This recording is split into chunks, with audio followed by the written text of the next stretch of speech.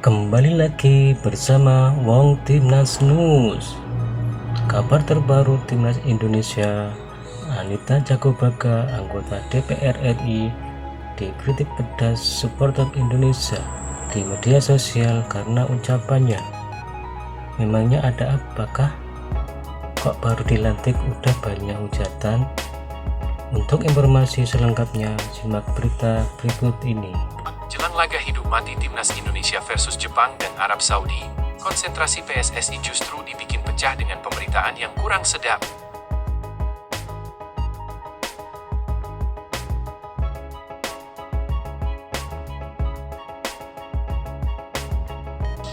Jelang laga hidup mati Timnas Indonesia versus Jepang dan Arab Saudi, konsentrasi PSSI justru dibikin pecah dengan pemberitaan yang kurang sedap.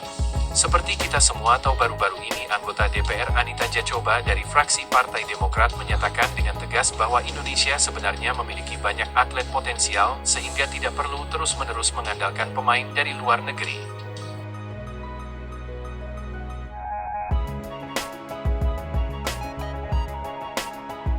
Kami sebagai rakyat Indonesia, mewakili seluruh rakyat Indonesia, berharap ini yang terakhir, kata Anita Jacobaga. Kita bukan negara yang miskin atlet. Siapa bilang kita kekurangan? Kita punya banyak atlet. Kenapa harus ambil dari luar? Pertanyaan besar bagi Anita adalah alasan dibalik keputusan untuk terus mengambil pemain asing. Kenapa kita harus ambil dari luar? Ujarnya dengan tegas. Mendengar pernyataan anggota DPR tersebut membuat kuping salah satu anggota Exco PSSI, Arya Sinulinga, nampaknya panas.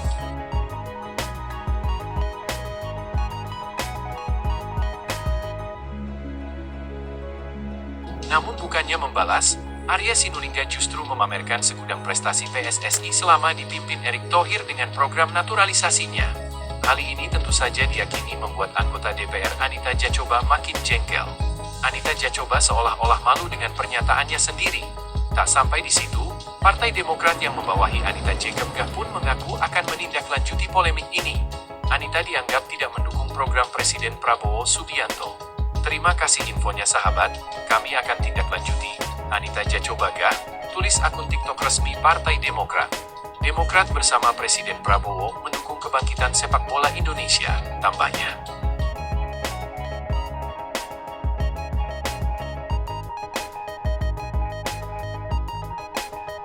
Nah, kira-kira apa yang dipamerkan anggota Exco PSSI Arya Sinulinga yang membuat sang DPR makin panas? Tak tanggung-tanggung anggota Komite Eksekutif Exco PSSI Arya Sinulinga mengungkapkan bahwa program naturalisasi yang diterapkan di Timnas Indonesia bisa menjadi contoh bagi federasi cabang olahraga cabur lain di Indonesia.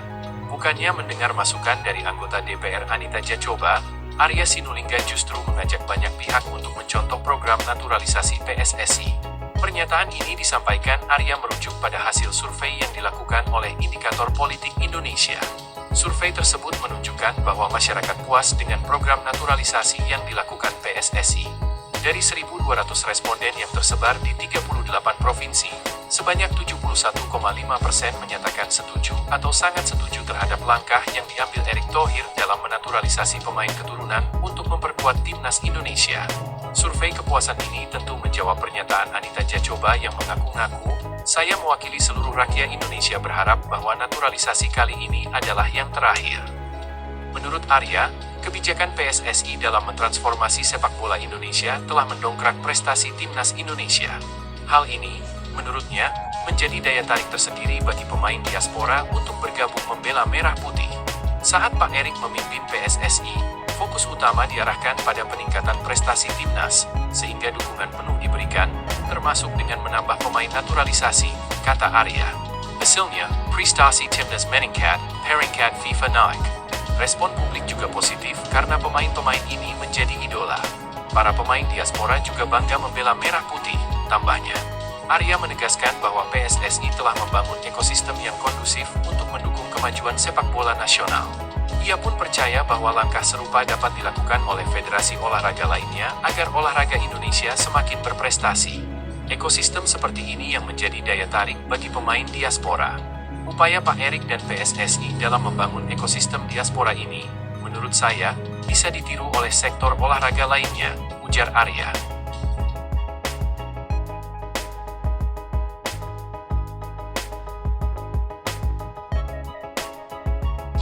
lanjut, situasi ini menunjukkan bahwa program naturalisasi di Timnas Indonesia telah diterima positif oleh masyarakat.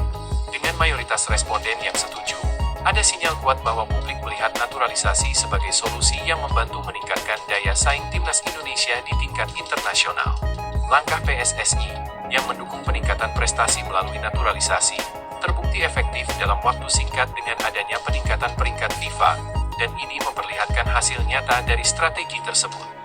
Di sisi lain, pernyataan Arya yang mendorong federasi olahraga lain untuk meniru pendekatan ini juga menarik. Meskipun naturalisasi bisa memberi dorongan prestasi, setiap cabang olahraga perlu mempertimbangkan konteks dan kebutuhan spesifiknya. Naturalisasi bukan satu-satunya solusi.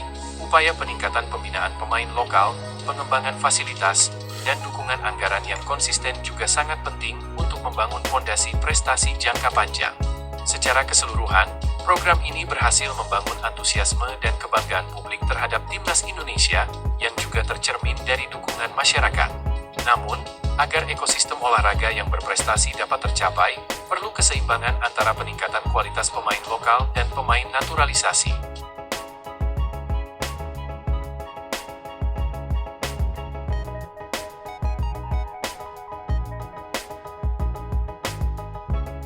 Strategi licik Timnas Jepang untuk tumbangkan Timnas Indonesia di kualifikasi Piala Dunia 2026 Zona Asia. Strategi Timnas Jepang untuk kalahkan Indonesia di kualifikasi Piala Dunia 2026 Zona Asia. Strategi yang digunakan oleh Timnas Jepang untuk menghadapi Timnas Indonesia pada matchday kelima Grup C kualifikasi Piala Dunia 2026 Zona Asia akan dibahas lebih lanjut.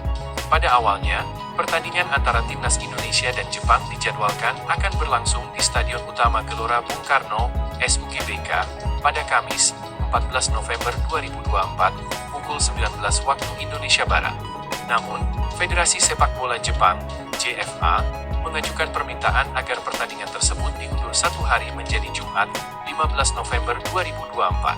Setelah JFA meminta izin dari PSSI dan FIFA, jadwal pertandingan pun diubah menjadi Jumat, 15 November 2024 pukul 19 waktu Indonesia Barat. SUGBK telah ditetapkan sebagai lokasi untuk pertandingan antara Timnas Indonesia dengan Jepang dan Arab Saudi. Alasan dibalik permintaan perubahan jadwal ini dilaporkan karena Timnas Jepang, yang mayoritas pemainnya berkarir di Eropa, memerlukan waktu istirahat lebih setelah perjalanan panjang dari Eropa ke Indonesia, yang memakan waktu lebih dari 12 jam. Pemunduran jadwal ini sebenarnya membawa dampak kurang menguntungkan bagi Timnas Indonesia.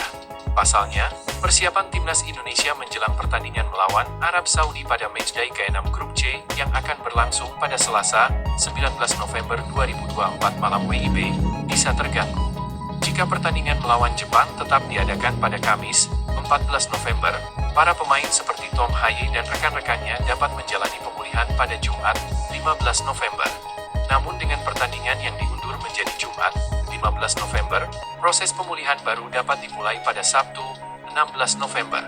Meski demikian, harapannya adalah perubahan jadwal ini tidak terlalu mempengaruhi kesiapan Timnas Indonesia.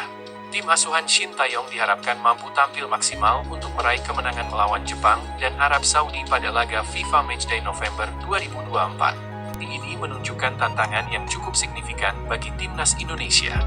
Di satu sisi, Jepang memanfaatkan regulasi yang memungkinkan mereka mengajukan perubahan jadwal dengan alasan logistik dan kebugaran pemain yang memang bisa dimaklumi. Namun, di sisi lain, ini bisa dianggap sebagai taktik Jepang untuk memperoleh keuntungan ekstra dalam persiapan mereka, meskipun dampaknya lebih merugikan Indonesia. Dengan jadwal yang diundur, Timnas Indonesia harus menghadapi Jepang dalam waktu yang lebih singkat sebelum pertandingan penting melawan Arab Saudi. Situasi ini akan menuntut Shin Taeyong dan timnya untuk menyusun strategi yang cermat, baik dalam rotasi pemain maupun manajemen kebugaran, agar performa mereka tetap optimal di dua laga tersebut. Secara psikologis, ini juga ujian bagi mental pemain Indonesia.